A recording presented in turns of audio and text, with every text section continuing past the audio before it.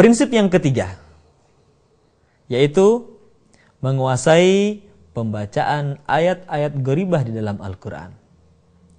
Yang pertama, menguasai pembacaan huruf-huruf muqatta'ah, atau sering disebut pula sebagai mafatihus suwar, karena fungsinya sebagai pembuka dari setiap surat. Seperti misalkan pembacaan awal surat Al-Baqarah, awal surat Ali Imran, surat Toha, surat Yasin, surat Maryam, dan lain sebagainya.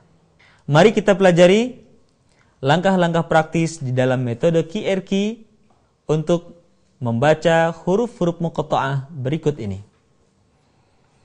Langkah yang pertama, sebutkan huruf demi huruf tanpa menggunakan harokat, seperti alif, lam, mim, kaf, ha, ya, ain, sod, dan lain sebagainya.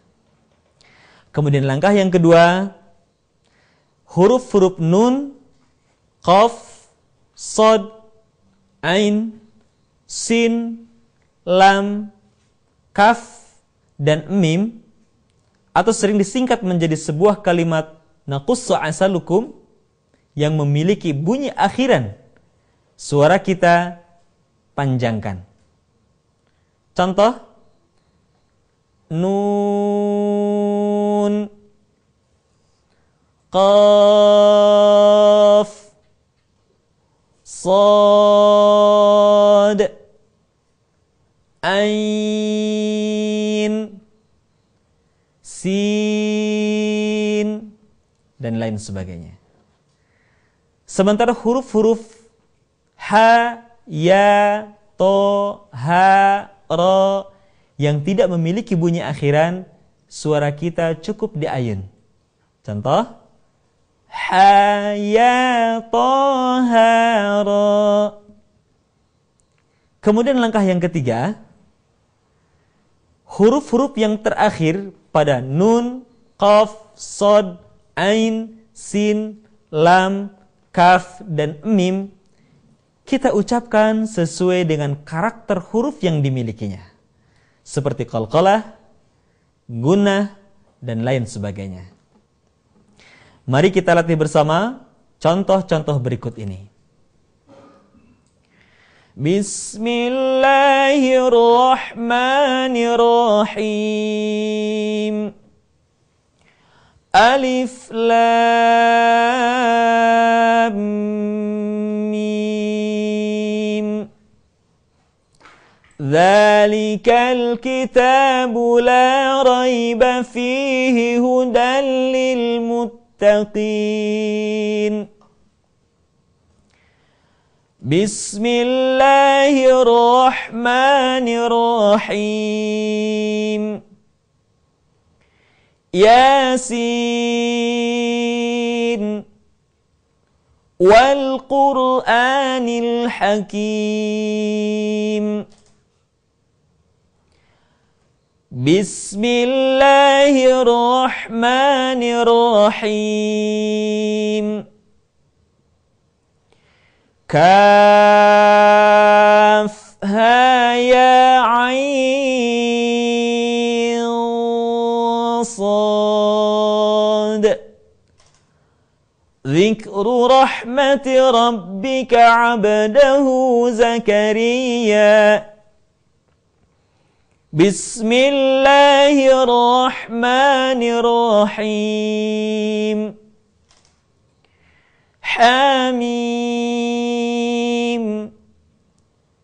ain, sin, qaf. Kadzalika yuhi ilaika wa ilal ladzina min qablika Allahul azizul hakim.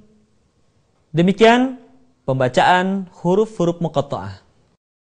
Yang kedua, hamzah wasal, yaitu hamzah yang harus dibaca ketika berada di awal kalimat. Perhatikan langkah praktis berikut ini, bagaimana membaca hamzah wasal di awal kalimat. Yang pertama, hamzah wasal dibaca dengan harokat A manakala diikuti oleh huruf lam. Contohnya, Alhamdulillah, Ar-Rahman, At-Taghabun. Kemudian yang kedua, hamzah wasal dibaca U. Kalau tidak diikuti lam, kemudian kita mendapatkan harokat hidup yang pertama pun bunyinya U. Contoh, Ud'u ila sabili rabbik, usluk.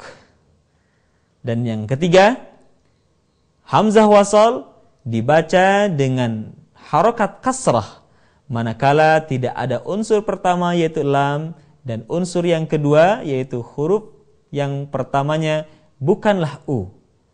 Maka kemudian hamzah wasal dibaca dengan harokat I.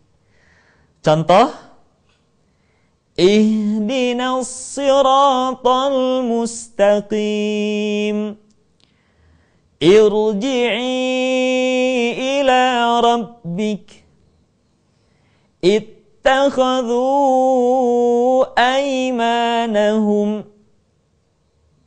Kecuali pembacaan pada surat Al-Ahqaf ayat 4 yang semestinya u'tuni dibaca ituni. Tetapi hal ini hanya berlaku kalau hamzah wasal berada di awal kalimat. Akan tetapi kalau di tengah-tengah kalimat maka hamzah wasal tidak dibaca. Perhatikan contoh surat Al-Ahqaf ayat 4 berikut ini. Qul ara'aytum ma tad'una min dunillahi aruni madza khalaqu minal ardi am lahum syirkun fis samawati ituni bikitabim min qabli hadha aw atharatin min ilmin in kuntum sadiqin. Yang ketiga, nun wiqayah, yaitu nun yang dibaca dengan harokat kasrah manakala kita menemukan huruf yang berharokat tanwin bertemu dengan hamzah wasal. Contoh, yauma idzin bertemu dengan al-masaq, dibaca bukan yauma idzil akan tetapi yauma idzinil masaq. Atau kalau kita perhatikan di dalam surat Al-Ikhlas, Qul huwallahu ahad diakhiri dengan harokat tanwin, ahadun, bertemu dengan lafaz Allah yang diawali dengan hamzah wasal. Ketika ahadun digabungkan dengan lafaz Allah, maka kita harus mengucapkan ahadun menjadi ahaduni. Perhatikan contoh berikut ini. Qul huwallahu ahadunillahus samad. Demikian bagian yang ketiga di dalam prinsip yang ketiga.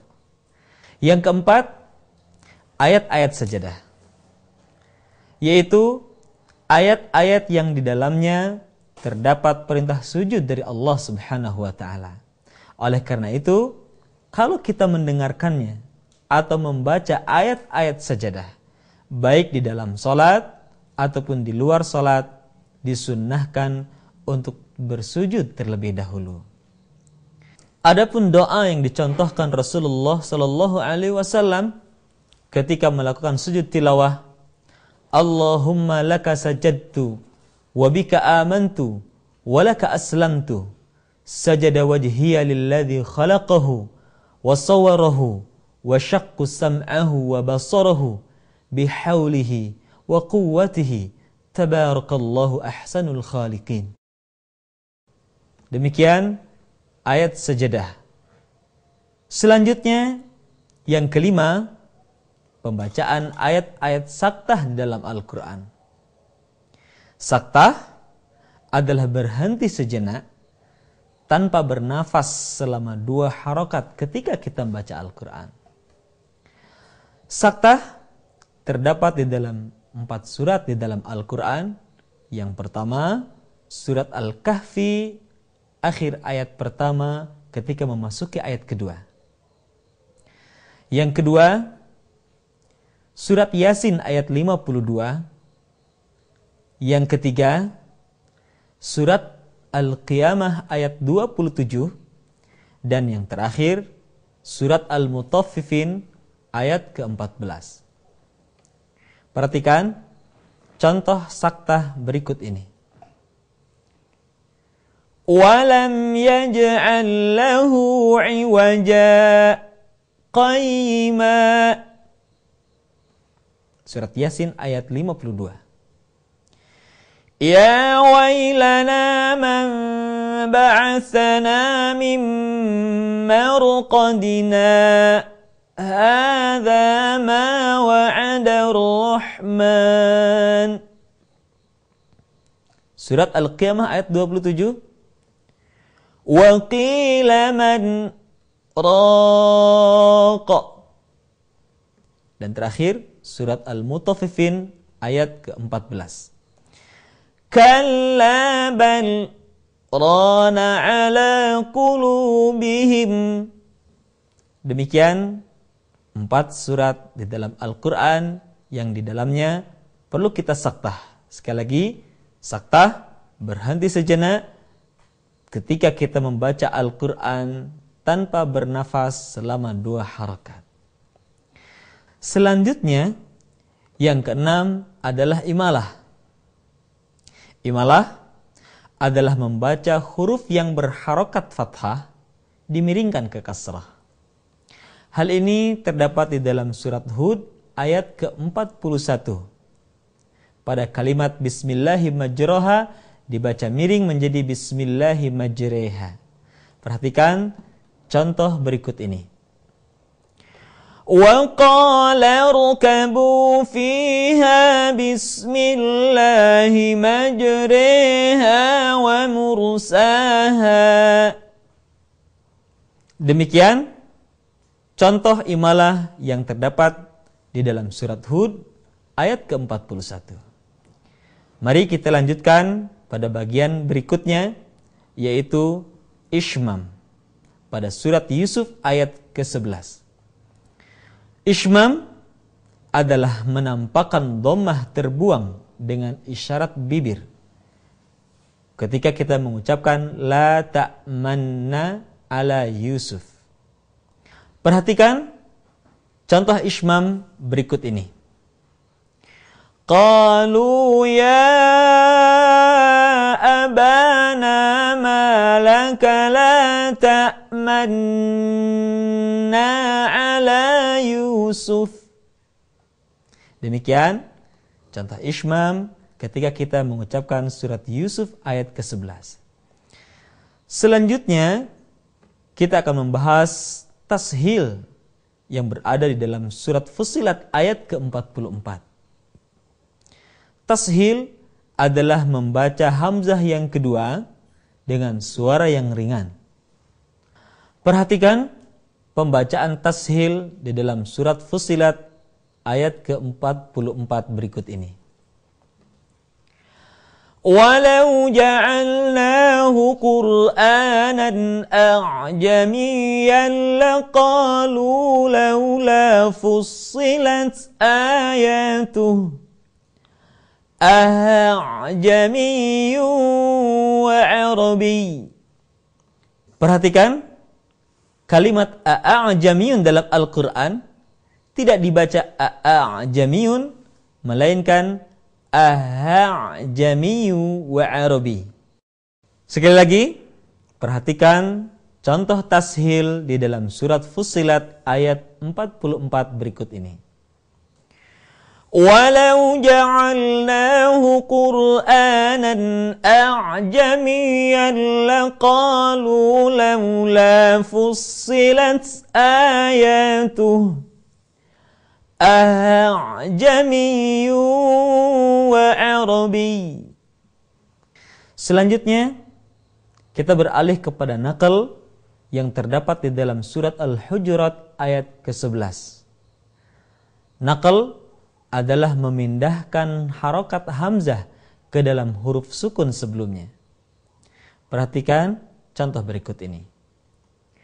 Bi'sal ismul fusuqu ba'dal iman.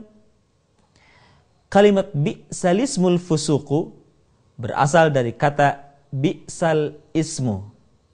Akan tetapi harokat hamzah pada kata al-ismu dipindahkan ke huruf sukun sebelumnya sehingga kalimat tersebut berubah menjadi bi'salismul fusuqu ba'dal iman. Kaum muslimin yang berbahagia, bagian yang terakhir dari prinsip yang ketiga adalah waqaf wal ibtida. Waqaf adalah berhenti ketika kita membaca Al-Quran, sementara ibtida adalah memulai kembali setelah kita berhenti ketika kita membaca Al-Quran. Berikut kami sampaikan bagaimana langkah-langkah praktis kita berwakaf dan beribtidah ketika kita membaca Al-Quran.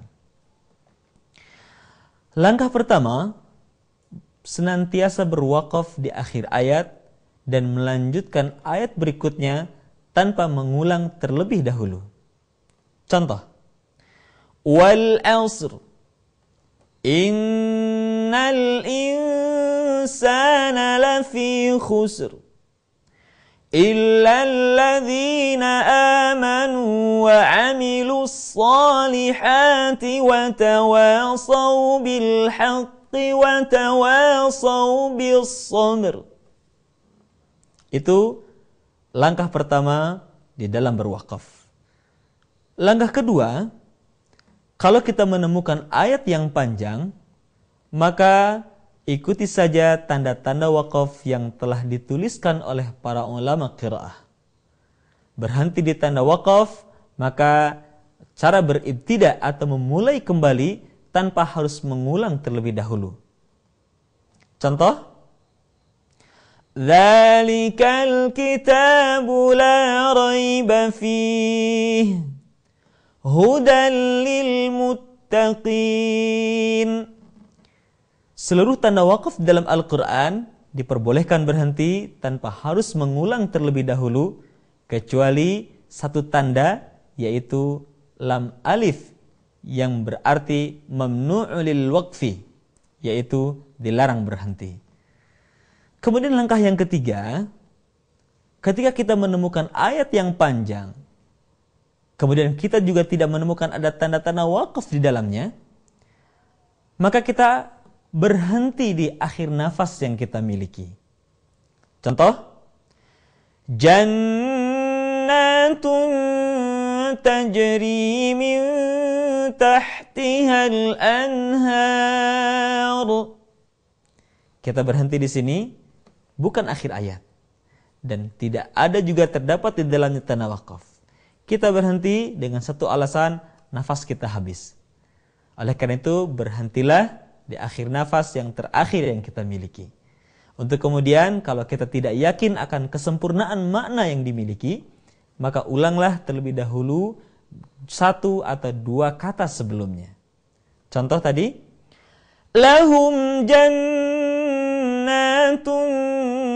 tajri min tahtihal anhar.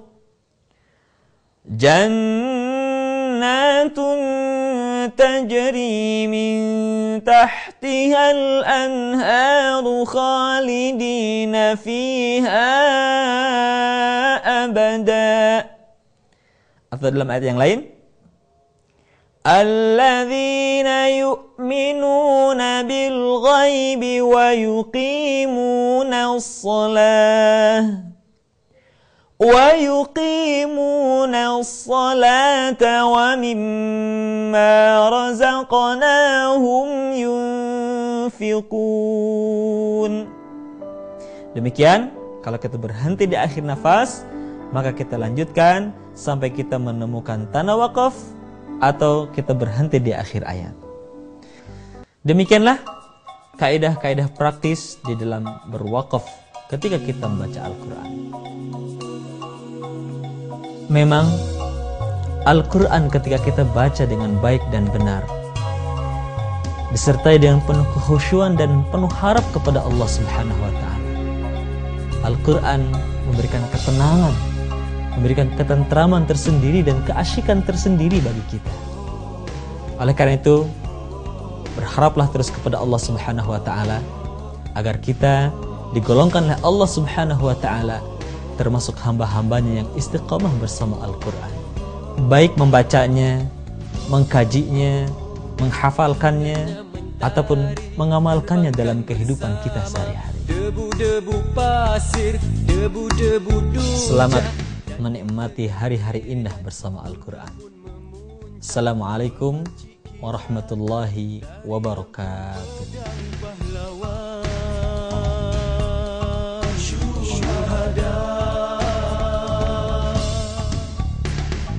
Amarah memuncak dalam dada Khalid dan Abu Sufyan, dibayangi syaitan dan sekelip mata